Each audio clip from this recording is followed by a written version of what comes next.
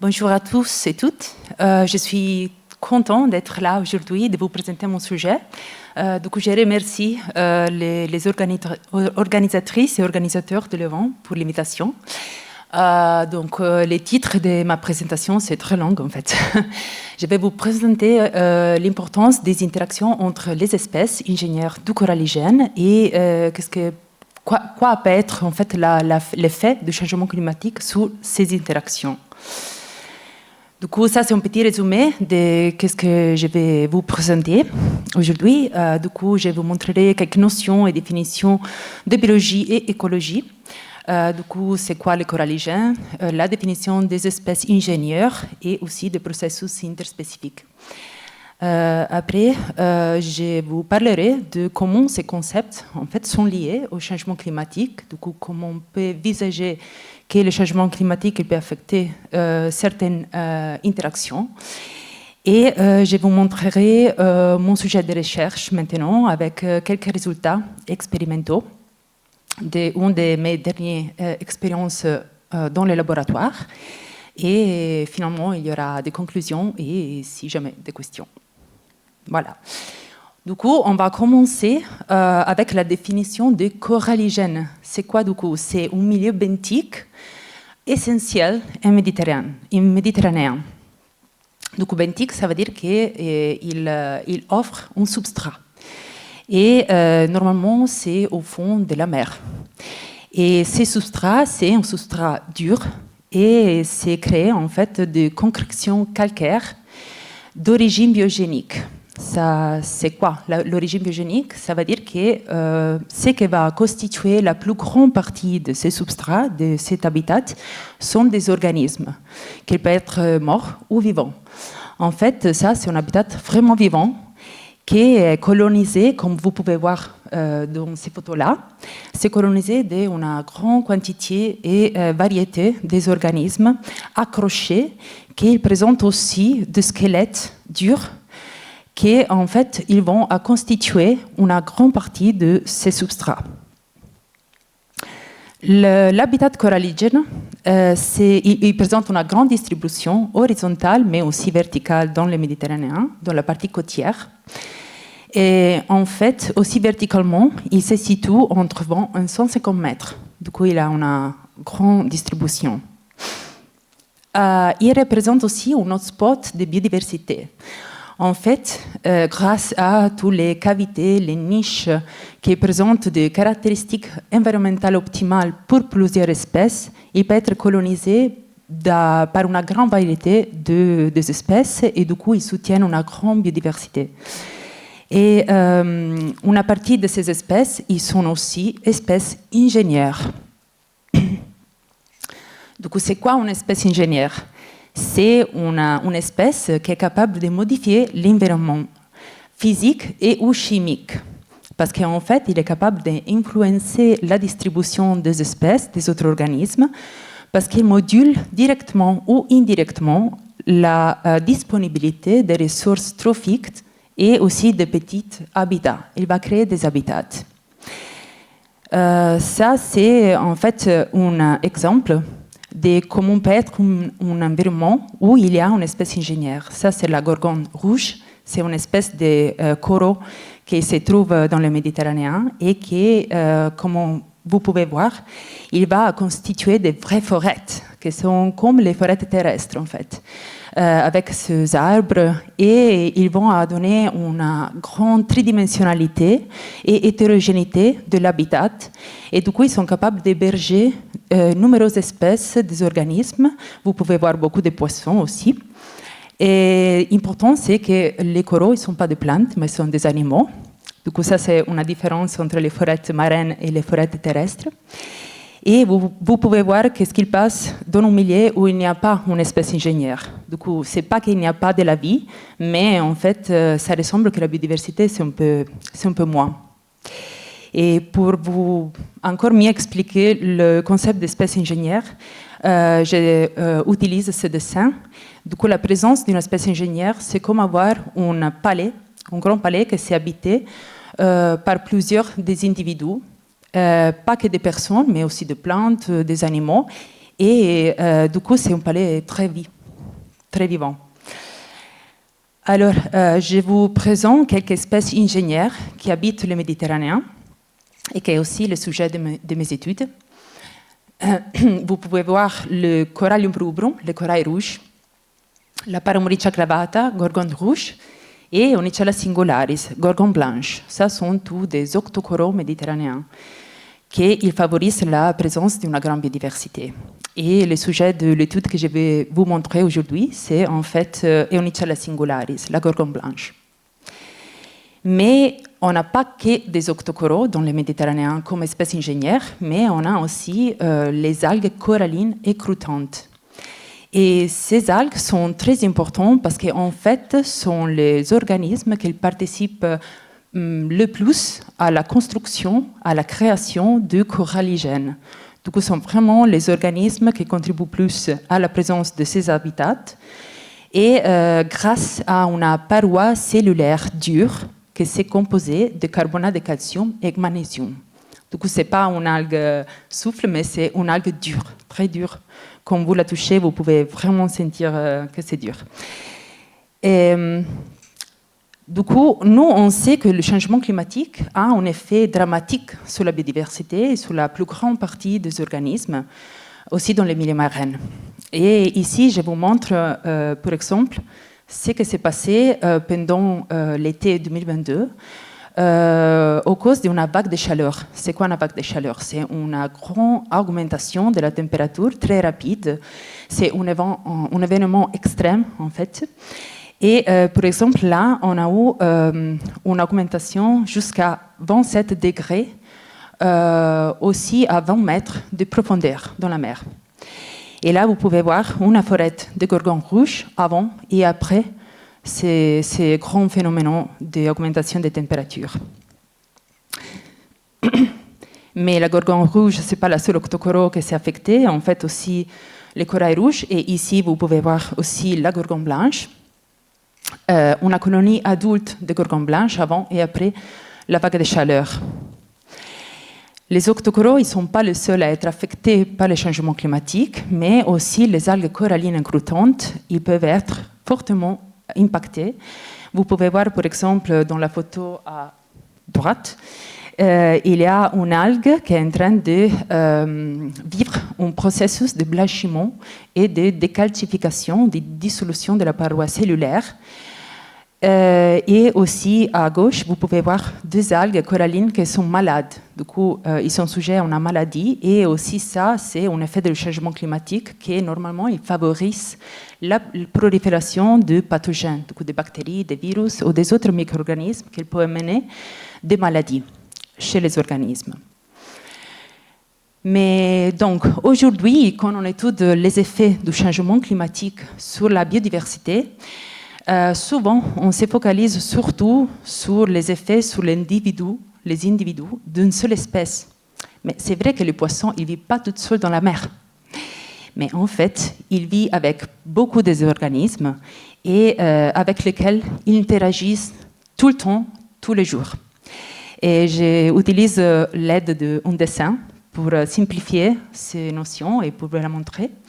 Du coup, on peut penser qu'il y a un requin. Le requin, c'est un prédateur du poisson. Et du coup, le requin, il va manger les poissons et cette interaction, c'est la prédation.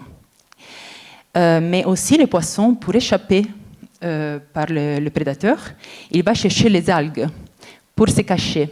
Alors là, l'interaction, c'est une interaction de facilitation. Parce que l'algue, il donne l'opportunité au poisson de se cacher et de ne pas être vu par le prédateur. Le poisson lui-même, il mange des autres organismes. Du coup, il peut manger la crevette ou le crabe. Et là aussi, on a toujours une interaction que c'est la prédation. La crevette, il essaie de se cacher dans l'anémone et le crabe essaie de se cacher avec l'utilisation d'une étoile de mer. Là, on parle d'interaction de facilitation encore.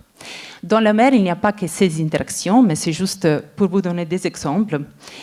Et pourquoi ces interactions sont très importantes dans la mer?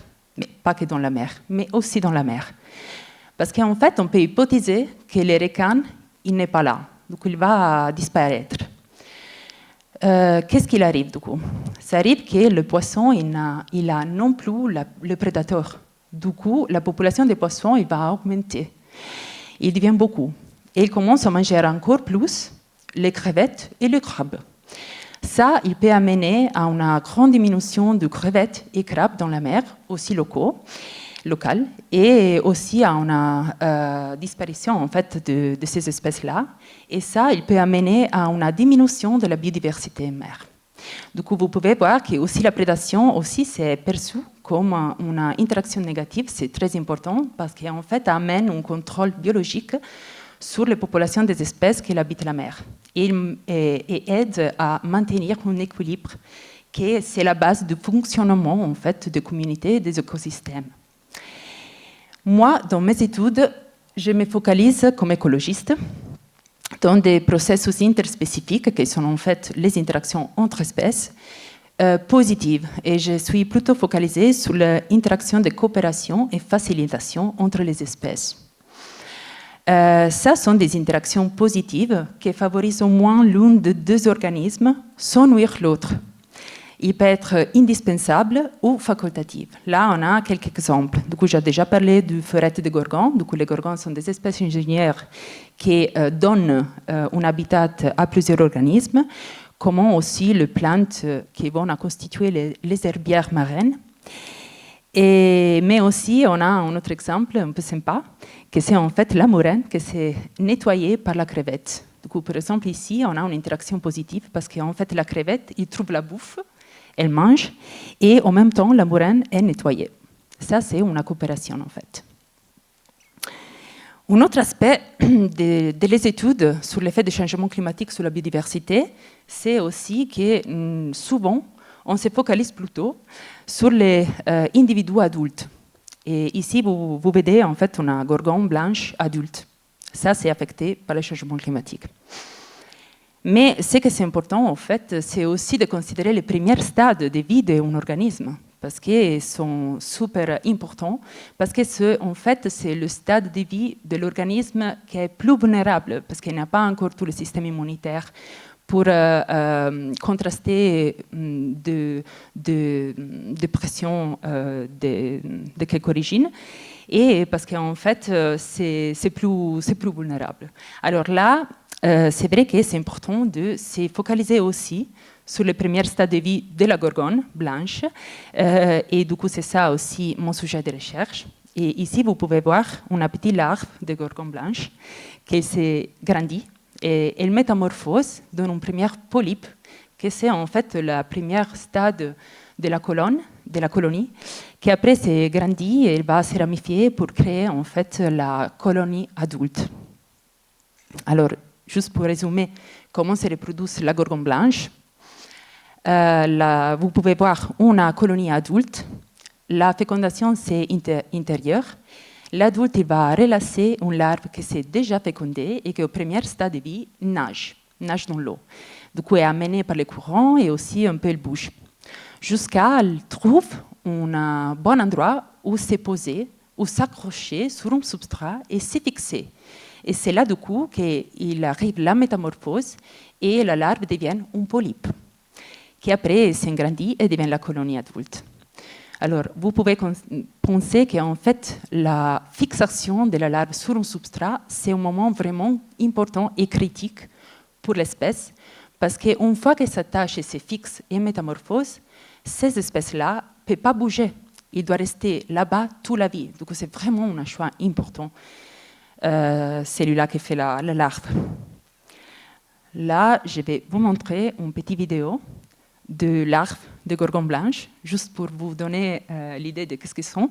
Et il ne doit pas être vu au microscope, et vous pouvez les voir aussi sans l'utiliser au microscope. Ils sont petits et roses, parce qu'ils présentent des symbiontes à l'intérieur du corps, qui donnent les couleurs. Voilà. OK.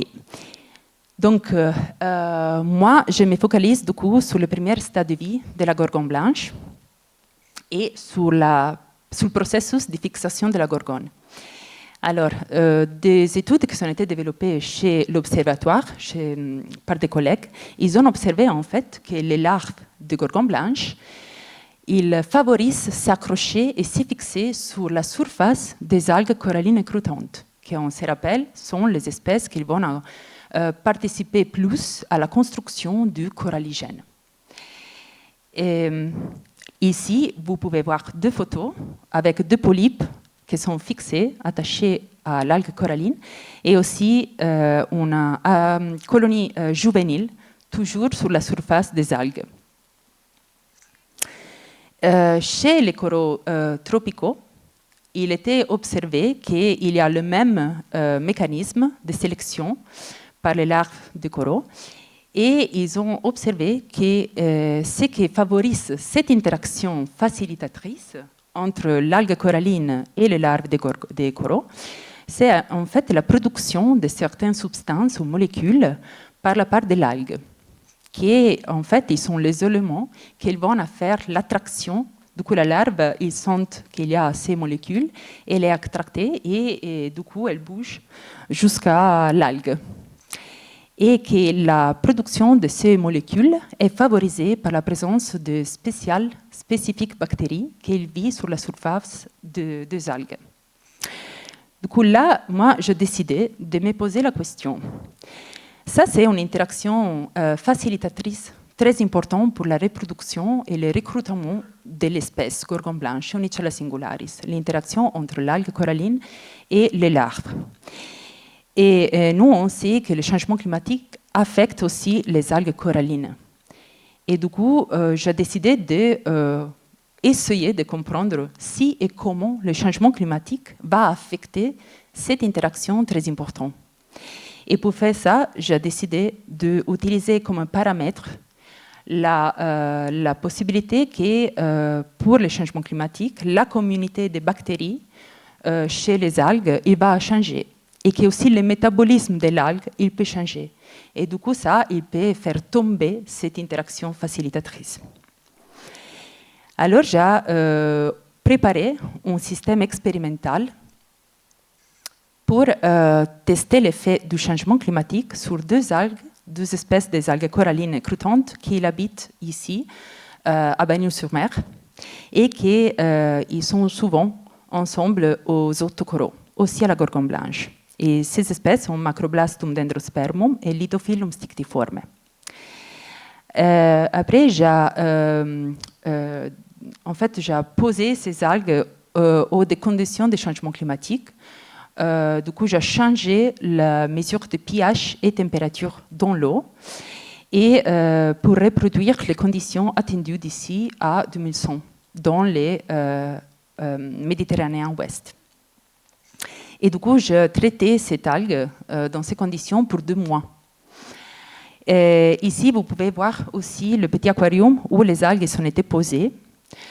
Et après 2 mois, j'ai arrêté l'expérience, en fait. J'ai rétabli les conditions normales de l'eau et j'ai ajouté les larves de gorgon blanche dans le système pour voir, en fait, quelle typologie d'interaction il peut pouvoir se développer dans ce petit aquarium. Et les résultats, c'était très inattendu, en fait, parce que qu'est-ce qu'on a vu, c'était que, en fait, les timings de fixation de larves sur la surface des algues, c'était le même en présence de tout, avec la présence de toutes les typologies des algues, les stressées et les non stressées. Et c'était un bon timing, parce qu'en fait, c'était suffisamment court pour hypothéser que la larve survive, il ne vient pas manger par des prédateurs ou il ne meurt pas de mort naturelle. Et du coup, le timing, ça va en fait à favoriser la survivance de la larve, qu'elle est capable de se fixer sur l'algue. Mais le vrai résultat inattendu, c'était qu'en fait, on a eu 3 fois le numéro de larves qui se sont fixées sur les algues stressées, en comparaison à les algues qui n'étaient pas stressées. Du coup, ça ressemble que le changement climatique il va favoriser l'interaction. Bon. Après, j'ai analysé le métabolisme de ces algues, stressées et non stressées, pour voir en fait comment va changer la production de certains éléments, de certaines molécules chez les algues. Et ce que vous pouvez voir dans le schéma, il y a en fait une partie des algues stressées, la partie bleue, qui va aussi vous montrer quels sont les éléments, les molécules qui ont été produits plus par les algues stressées en comparaison à les algues non stressées. Et ce que j'ai observé, c'est qu'en fait, une grande partie de ces molécules sont des monosaccharides, du coup des sucres, comme par exemple les galactoses, les riboses, les xyloses.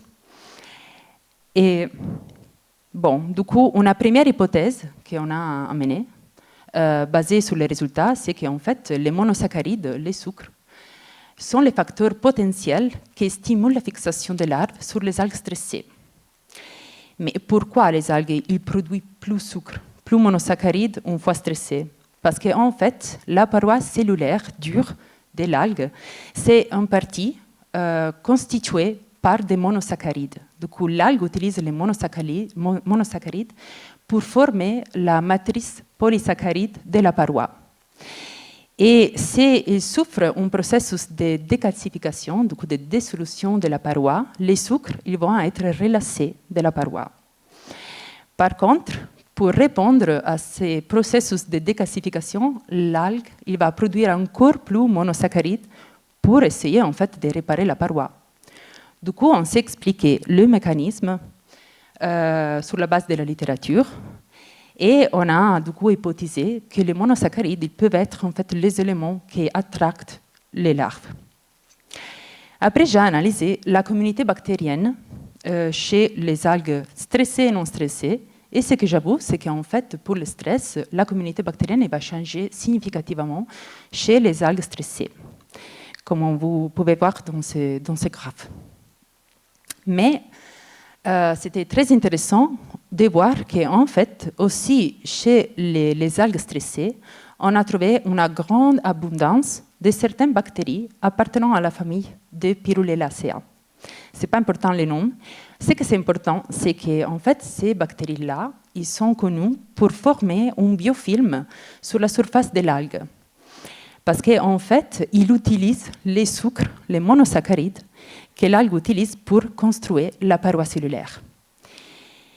Et du coup, ce que nous avons hypothisé, une deuxième hypothèse qui s'ajoute sur la base des résultats, c'est qu'en fait, on peut hypothiser qu'il y a une interaction synergique entre la production de monosaccharides par la part de l'algue, la dissolution de la paroi cellulaire qui va relâcher les sucres dans le milieu aquatique, mais aussi une action de bactéries qui vont manger la paroi cellulaire de l'algue, encore plus parce qu'ils sont favorisés par l'effet du changement climatique.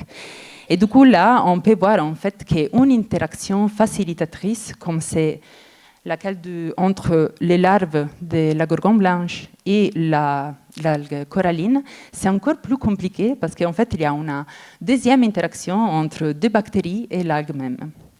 Du coup, on peut voir en fait comment c'est complexe un système écologie, aussi à différents niveaux biologiques, au niveau des micro-organismes, au niveau des macro-organismes.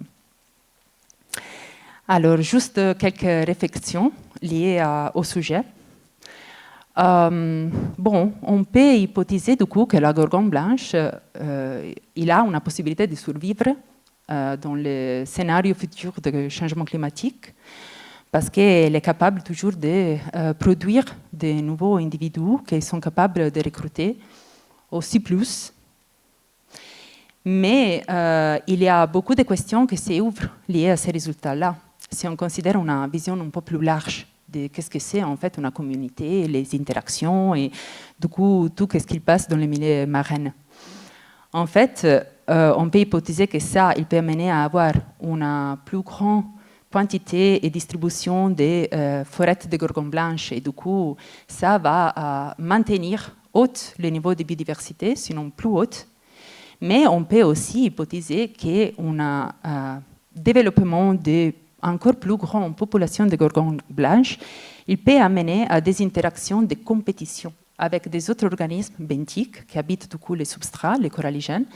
Et ça, il peut amener à une diminution de la biodiversité parce qu'il y a une dominance de gorgones blanches sur des autres espèces.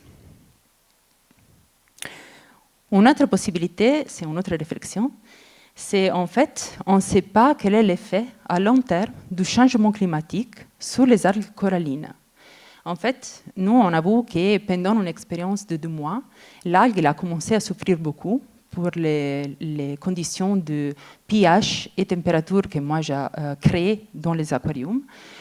Et du coup, on ne sait pas si l'algue est vraiment capable de survivre et du coup de maintenir cette interaction facilitatrice avec les larves des gorgons blanches.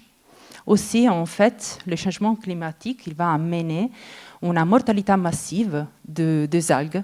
Et du coup, on a perte de biodiversité et de la possibilité, en fait, de recrutement du larve de la gorgon blanche, qui elle est aussi affectée par le changement climatique. Voilà. Et du coup, le message à retenir qui sort de tous ces discours et de mes études, c'est qu'en fait, la biodiversité est très importante et on doit la conserver et protéger. Mais c'est vrai aussi que la biodiversité existe et s'est maintenue grâce à la présence de plusieurs interactions entre organismes. Et du coup, nous, qui sont beaucoup complexes, comme vous avez pu voir. Et du coup, c'est vraiment important d'étudier, essayer de comprendre au maximum quelles sont les interactions entre les organismes, en fait, pour acquérir une connaissance et des informations qui peuvent être transférées et intégrées dans les stratégies de conservation et protection du milieu marin, aussi en face au changement climatique. Merci pour votre attention. Merci beaucoup. Des questions ?